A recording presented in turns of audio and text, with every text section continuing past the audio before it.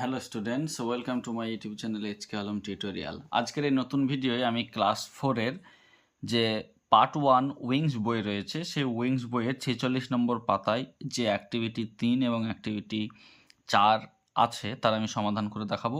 তো তার আগে তোমরা যারা আমার চ্যানেলে নতুন তারা অবশ্যই আমার এই চ্যানেলটিকে সাবস্ক্রাইব করো এবং সাবস্ক্রাইবের পাশে যে বেল আইকন আছে সেটিকে ক্লিক করো।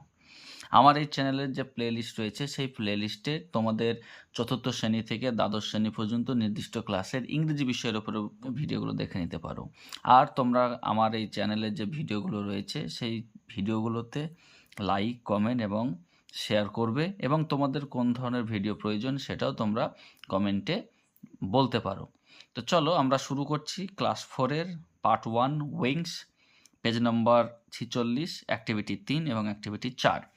দেখো এখানে কি বলছে, write T for true statements and F for the false statements in the boxes given. আমরা ঠিক বাক্যের জন্য টি লিখব এবং ভুল বাক্যের জন্য এফ লিখব।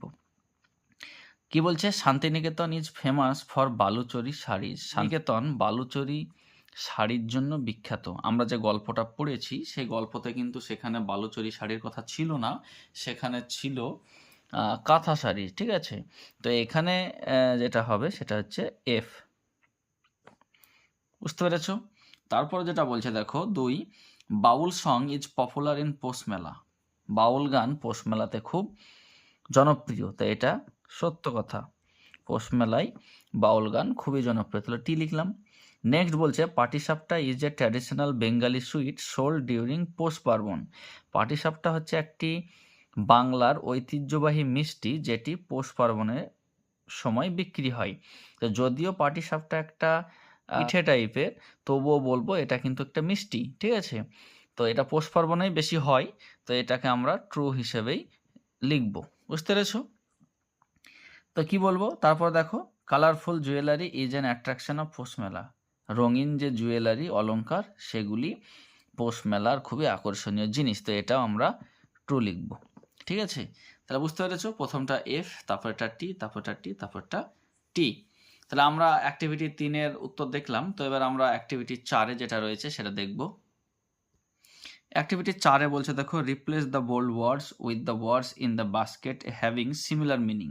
এখানে আমরা একটা করে বাক্য দেখব, সেই বাক্যের কিছু একটা শব্দ গাঢ় রং দিয়ে বা কালো রং দিয়ে করা আছে এবং তার মানে আমরা নিচে যে বাস্কেট আছে, ঝুড়ি রয়েছে, সেই ঝুড়ি থেকে খুঁজে নিয়ে লিখব। তো তার আগে দেখো এখানে একটা করে দিয়েছে তোমাদের সুবিধের জন্য। কি বলছে, হি বট ডিফারেন্ট টাইপস অফ ক্লোথ। সে বিভিন্ন ধরনের পোশাক কিনেছিল। তাহলে এই যে ডিফারেন্ট, এটাকে বোল্ড করা আছে বা রঙিন করা আছে বা কালো করা আছে, তার একই ধরনের মানে হলো ভেরিয়াস, বিভিন্ন ধরনের। ডিফারেন্ট মানেও বিভিন্ন ধরনের, ভেরিয়াস মানেও বিভিন্ন ধরনের। তোমরা যদি ভালোভাবে খেয়াল করো তো দেখো এখানে ভেরিয়াস যে শব্দটা দেখো বাস্কেটে মানে ঝুড়িতে এখানে রয়েছে। তাহলে এখান থেকে খুঁজে নিয়ে আমাদেরকে ওখানে বক্সে লিখতে হবে। বুঝতে পেরেছো? নেক্সট বলছে দেখো, Sheetal is delighted to see her friend. তাহলে শীতল একটা মেয়ের নাম, ইজ ডিলাইটেড সে খুবই খুশি, টু সি হার ফ্রেন্ড তার বন্ধুকে দেখে সে খুবই খুশি। তাহলে ডিলাইটেড মানে খুশি হওয়া। তো এখানে দেখো খুশি হওয়ার যে ইংরেজি যেটা রয়েছে সেটা হচ্ছে গ্ল্যাড। তাহলে আমরা ওখানে বক্সে কি লিখব, গ্ল্যাড শব্দটা লিখব। বুঝতে পেরেছো? নেক্সট দেখো বলছে he is surprised to hear the news. সে খুবই আশ্চর্য হয়ে গেছিলো এই ঘটনাটা বা এই খবরটা শুনে। তাহলে সারপ্রাইজড মানে হচ্ছে আশ্চর্য হয়ে যাওয়া। তাহলে এখানে দেখো notice, excited, various, glad, wandered, huge. এখানে যে শব্দটি আশ্চর্য হওয়া বোঝাচ্ছে সেটা হচ্ছে ওয়ান্ডার্ড। ঠিক আছে, তাহলে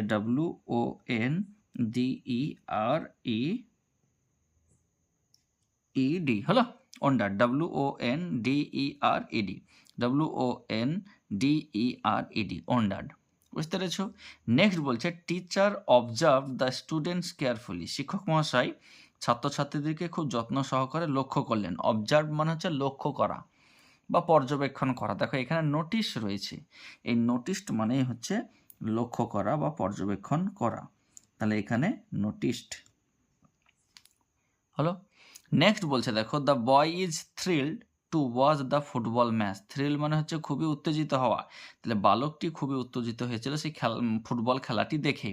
তাহলে এখানে দেখো বাস্কেটের মধ্যে এক্সাইটেড যে শব্দটা রয়েছে সেটি হবে থ্রিলডের সমার্থক শব্দ। বুঝতে পেরেছো?